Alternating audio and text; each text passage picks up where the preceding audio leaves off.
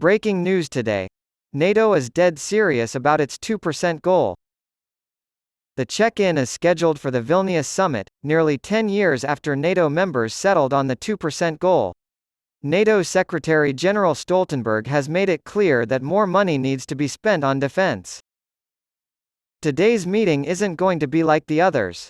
The NATO chief executive officer made sure of that. Jens Stoltenberg is keen on having an open dialogue with his fellow defense ministers. In 4 weeks, at the Vilnius summit, he anticipates the allies will make a commitment to increase defense spending. The 2% goal should be decisive, but in a different way. It can no longer be a suggestion you can choose to follow or ignore. 2% will no longer be the upper limit we are aiming for, Stoltenberg said before meeting with the ministers. That's the bare minimum we should be spending on defense going forward, right there. The one to beat Greece. Even now, only a minority of countries manage to allocate 2% of their GDP annually to defense spending. Some of these countries include the United Kingdom, Poland, the Baltic states, and the United States of America. However, Greece is ahead of the pack, spending a significant 3.5% of GDP on security. Reason being, fear of retaliation from neighboring Turkey's armed forces. While some NATO members may be close to 2%, the vast majority are clearly below this threshold. With a population of about 1.5%, Germany is included. That's closer to the middle of the field, but you're still quite a ways off. Cassinsters, nearly a decade later, the 2014 NATO summit in Wales established the 2% goal. Putin's invasion of Crimea was seen in the West as a warning to increase defense spending after years of détente. The cash register disaster is scheduled for Vilnius almost 10 years from now. Defense Minister Boris Pistorius of the federal government entered the meeting with high hopes. He's relieved that the government has committed to reducing crime by 2%.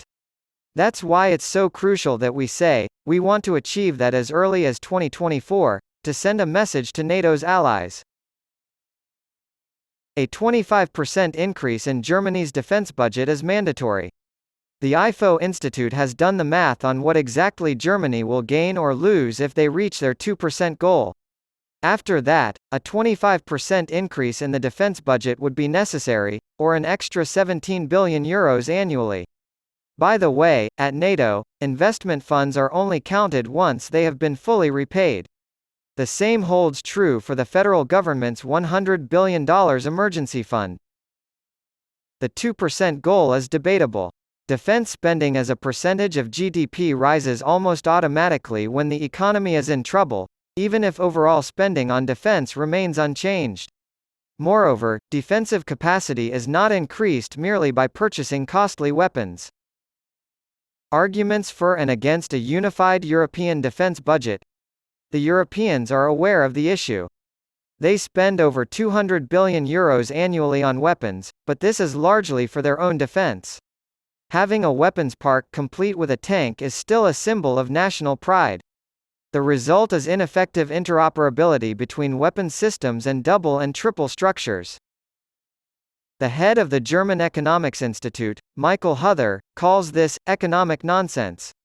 He urges Europe to join in the preparation and acquisition of weapons. It makes more sense to pool European resources for defense. You're able to scale up production and, most importantly, reduce the number of weapons systems to a more manageable level. The USA are meant by Huther. The world's largest military power gets by with a much smaller variety of weapon systems than Europe does. An actual European defense union is in high demand. According to the IW director, a genuine European defense union would be beneficial because it would allow for the selection of the best and most efficient offer across all military domains. Instead of relying on expensive national solo efforts, as has been the case up to this point, this should be funded jointly by a special purpose tax. You still won't be able to avoid spending more on defense, though. More than 3% of GDP was spent on defense during Helmut Schmidt's presidency, despite a bleak economic climate and widespread unemployment. However, the money needed for defense could be found. That, too, is feasible now.